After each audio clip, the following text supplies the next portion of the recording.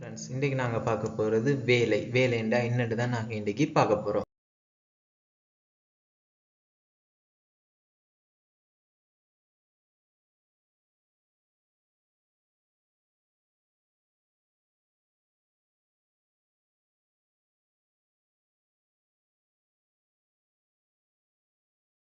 Sir இருந்து கொண்டு வேலை பார்க்குறது தான் நினைப்பீங்க. பட் நான் இப்போ சொல்ல வர்றது ஃபிசிக்ஸில், அதாவது வேலை என்றா என்னண்டா சிம்பிளாக ஒருத்தர்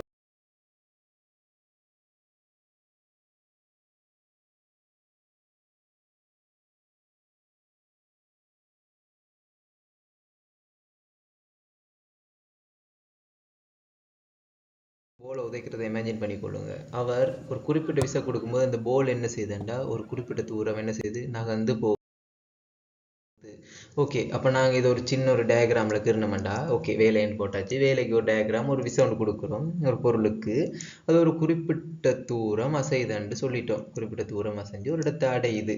இதைத்தான் வேலை. ஃபிசிக்ஸில் இது ஒன்றுண்டா வேலைண்டா இதை மட்டும் தான் சொல்லுவாங்க. அதாவது ஒரு விசை கொடுக்கப்பட்டு ஒரு குறிப்பிட்ட தூரம் அசைஞ்சா அதுக்கு பேர் வேலைன்னு சொல்லுவாங்க. அப்போ இதை வச்சு கொண்டு நாங்கள் அதுக்கான சமன்பாடு எடுத்தோம்டா வேலை சமன் விசை தர விசையின் திசையில் அசைந்த தூரம் இந்த விசை தொழிற்புற தூரம் தான் அசைய போகுது. அப்போ நாங்கள் இதை ஒர்க் சமன் ஃபோர்ஸ் தர டிஸ்டன்ஸ்ன்னு சொல்லுவோம். ஓகே, இப்போ இது வரைக்கும் விளங்கிட்டு இதுதான் சமன்பாடு. வேலைண்டா சிம்பிளாக சொல்லணும்னா ஒரு விசை கொடுக்குது, விசை திசையில் ஒரு பொருள் ஒன்று அசையுது. இதைத்தான் நாங்கள் வேலைன்னு சொல்லுவோம். சரி, இதை வச்சு கொண்டு சின்ன ஒரு கொஸ்டின் நாங்கள் இதை ஒரு சின்ன உதாரணத்தோட பார்ப்போம். இப்போ ஒருத்தர் 400 நியூட்டன் விசையோட ஒரு போலை உதைக்கிறேன். அது 10 மீட்டர் தூரம் செல்லுது. அப்போ இந்த போல் செஞ்ச வேலை என்னென்று நாங்கள் பார்த்தோம்னா அங்கே தெரியும் ஏற்கனவே ஒர்க் சமன் ஃபோர்ஸ் தர டிஸ்டன்ஸ்ன்னு சொன்னால் ஆகவே ஒன்றும் தேவையில்லை, அப்படியே பிரதிட்டாலே போதும். அதை 400 நியூட்டன் போட்டுட்டு டிஸ்டன்ஸை 10 மீட்டர் போடுவோம். போட்டோம்டா இதனால் பெருக்கி வர்ற விட 4000 ஜூலாக இருக்கும். அதாவது என்றது ஜூலால தான் குறிப்பிடப்பட்டு கொண்டிருக்கும். அதே மாதிரி இந்த வேலை என்றது நாங்கள் நேரத்தால் வரையறுத்தோம்டா நேரத்தால் பிரித்தோம்டா என்ன உருவாகும்டா எங்களுக்கு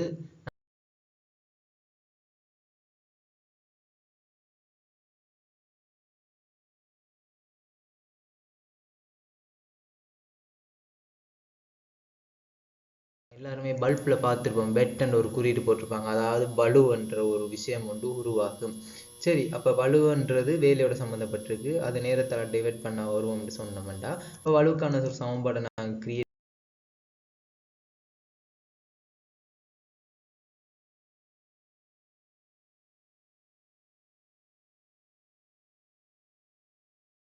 பண்ண மாட்டேங்க. அப்போ வலு சமன் வேலைங்கள் நேரம். சிம்பிள், வலு சமன் வேலைங்கள் நேரம். சரி, இதுக்கு ஒரு சின்ன உதாரணம்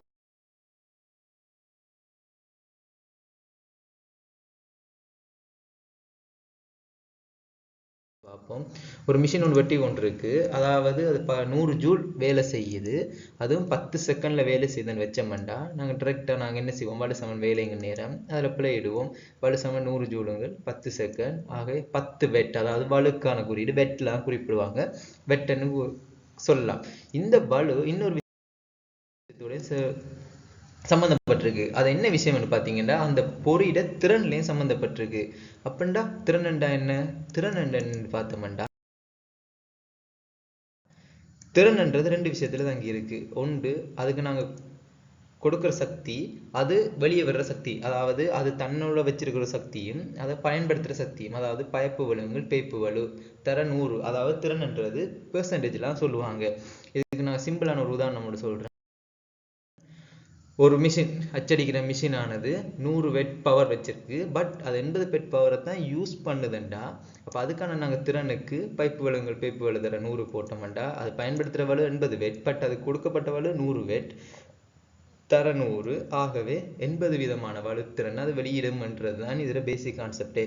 அப்போ இதில் இருந்து உங்களுக்கு தெரிஞ்சிருக்க வேண்டிய விஷயம் என்னென்னா விசையோட வேலை சம்மந்தப்பட்டிருக்கு. வேலையை டிவைட் பண்ணுறதால நேரத்தில் டிவைட் பண்ணுறதால வலு சம்மந்தப்பட்டிருக்கு. இந்த வலுவை வச்சு கொண்டு தான் திறன் பெர்சன்டேஜ் துணிறாங்கன்னு தெரிஞ்சிருந்தா போதும். இந்த 3 ஒன்று கொண்டு தொடர்பாக தான் இருந்து கொண்டு இருக்கு. இதை விட்டு வேலைன்றது நான் ஜூலால் இருக்க மட்டும் சொன்னேன்னா ஆகவே அடுத்த போகும்போது ஜூலில் அளக்கப்படுற இன்னொரு கணியம் இருக்கு. அதுக்கு பேர் தான் இந்த பவர், சக்தி. அதை பற்றி பார்க்க போகிறோம்.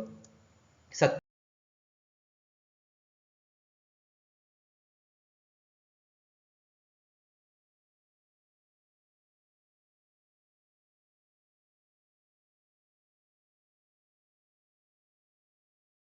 இப்ப பாருங்க, ஒரு உயரமான இடத்துல கொஞ்சம் பேர் நிக்கிறாங்க, 2 வேலை செஞ்சுட்டு இருக்காங்க.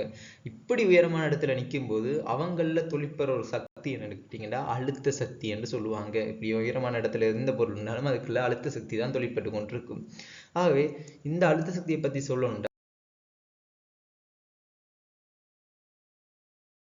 இந்த அழுத்த சக்தி 3 காரணிகள்ல தங்கி இருக்கும். அதாவது இந்த அழுத்த சக்தி என்றது ஒன்று திணிவு, இன்னொன்று புவியீர்ப்பு, இன்னொன்று உயரம். இந்த 3 விஷயத்துல தங்கி இருக்கு. இந்த 3 விஷயத்தையே நாங்க இப்படியே ஞாபகம் வச்சிருக்கலாண்டு நான் சின்ன குறியீடு ஒன்று போடுறேன். திணிவுக்கு M என்று, புவியீர்ப்புக்கு G என்றும், உயரத்துக்கு H என்றும் போடுறேன். ஆகவே இந்த அழுத்த சக்தி சமன் mgh, அதாவது 3 பெருக்கமா தான் இருக்கும். ஒன்று திணிவு, இன்னொன்று புவியீர்ப்பு, இன்னொன்று உயரத்தோட சம்பந்தப்பட்டிருக்கும். சரி, இதுக்கான சின்ன கொஸ்டின் ஒன்று செய்வோம். ஓகே, இப்போ இந்த உயரத்துல இருக்க ஆக்களை வச்சுக்கொள்வோமே. சரி, 10 கிலோகிராம் இருக்க ஒரு திணிவு இருக்க பொருள் 10 மீட்டர் செகண்ட் -2, அதாவது புவியீர்ப்பு 6 மூடுகள்ல 10 மீட்டர் உயரத்துல இருக்குன்னு வச்சோம்டா இதுக்கான அழுத்த சக்திக்கான சமன்பாடு mgh. ஓகே, அப்ப இதனால இதை பிரதியிடுவோம். 10 கிலோகிராம் தர 10 மீட்டர் செகண்ட் -2 தர 10 மீட்டர், மொத்தம் பெருகினா 1000 ஜூல் சக்தியை இவங்க வச்சிருப்பாங்க. அதாவது உயரமான இருக்க இடத்துல அழுத்த சக்தி தான் தொழிற்படும் என்று சொன்னா. அப்ப அழுத்த சக்தி என்றது உயரமான இடத்துல இருந்தா, அப்ப சிறிய தரமட்டத்தோடு இருந்தா அதுக்கு என்ன சக்தி தொழிற்படும்?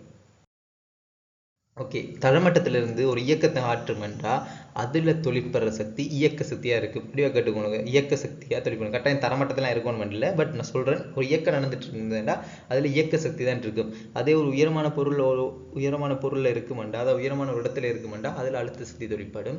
இதே ஒரு இயக்கம் நடந்துட்டு இருக்குமெண்டா அதுல இயக்க சக்தி தான் தொழிற்படும். சரி, அப்படின்னா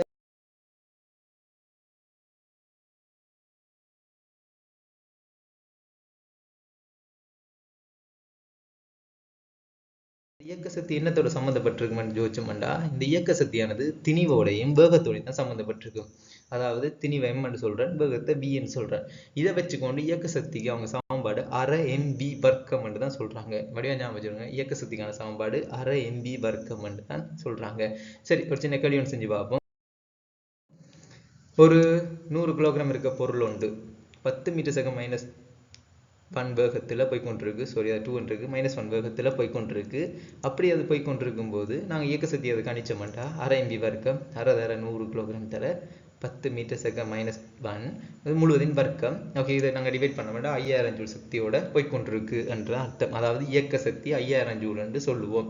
அப்ப சரி, அழுத்த சக்தி பார்த்துட்டோம், இயக்க சக்தியும் பார்த்துட்டோம். அப்ப இது ரெண்டுக்கும் எதுவும் தொடர்பு இருக்கா என்று கேட்டோம்.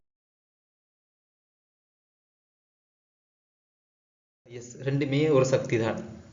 இதுல இருக்க சக்திகள் ஒரு மாறிலி, அதாவது மொத்த சக்தி தான் மாறிலியா காணப்படும். ஒரு சக்தியை ஆக்கவோ அழிக்கவோ முடியாது. அதே மாதிரி ஒரு சக்தி இன்னொரு சக்தியாக தான் மாற்றம் அடையும் என்றதும் இருக்கு. சக்தியில 3 விதியில 2வது விதி தான், ஒரு சக்தி இன்னொரு சக்தியாக மாற்றம் அடையும். அதுக்கு சின்ன ஒரு எக்ஸாம்பிள் சொல்றேன். ஒருத்தர் ஓடி வந்து ஒன்றிருக்கார், இவர்கிட்ட இருக்கிற சக்தி இயக்க சக்தி. பட் இவர் ஒரு உயரமான இடத்துல போகும்போது இவர்ல காணப்படுற சக்தி அழுத்த சக்தியாகும். திருப்பி கீழே வந்தோடனே அவருக்கு ஒரு இயக்க சக்தியும் உருவாக்கப்படுது. அப்ப சக்தி என்றது ஒரு மாற்றமாக தான் மாறிக்கொண்டிருக்கும். பரஷூட்ல இருந்து விழுந்து கொண்டிருக்கவங்கள்ட்ட, அதாவது உயரமான இடத்துல இருக்கிறதால அவங்கள்ட்ட அழுத்த சக்தியும் இருக்கும். அதே மாதிரி இவங்க கீழே விழுந்து கொண்டிருக்கிறதால வேகமும் இருக்கிறதால இயக்கமும் இருக்கிறதால கட்டாயம் அவங்கள்ட்ட ஒரு இயக்க சக்தியும் இருக்கும். அப்ப இதுக்கு நாங்க அழுத்த சக்தியும் இயக்க சக்தியும் சம்பந்தப்படுறதால சக்தி நான் என்ன சொல்லியிருக்கேன், மாறிலின்னு சொல்லியிருக்கேன். அப்ப இவங்க ஓய்விழந்து விழும்போது ஓய்விலான்னு இருக்காங்க, அதனால அவங்கள்ட்ட அழுத்த சக்தி மட்டும்தான் இருக்கும். இயக்கம் கீழே நடந்து கொண்டிருக்கும் போது அழுத்த சக்தியும் இயக்க சக்தியும் இருக்கும். ஆகவே இந்த சமன்பாட்டை நாங்க ரெண்டுமே சமப்படுத்தி எழுதலாம். அப்ப அழுத்த சக்தி சமன் இயக்க சக்தி. அதாவது நீங்க இந்த கேள்வி எல்லாம் செய்யும் போது என்ன சக்தி இருக்கு என்று கண்டுபிடிச்சிட்டு என்னென்ன சக்தியோட இயங்குதுன்றதை சமப்படுத்தினாலே போதும். அதாவது ஆரம்பத்துல இருந்து இறுதி வரை வச்சிருக்கிறத சமப்படுத்தினா போதும். இப்ப பரிசுல அவங்க பறக்க முதல் மேல் மட்டத்துல இருக்கும்போது ஓய்வுல இருப்பாங்க, அதனால அழுத்த சக்தி இருக்கும். சரியா அவங்க விழுற கணத்துல சரியா தரமட்டத்துக்கு வந்தோடனே அவங்கள்ட்ட இயக்க சக்தி மட்டும் தான் இருக்கும். அதனால அழுத்த சக்தியும் இயக்க சக்தியும் நான் சமப்படுத்தியிருக்கேன்.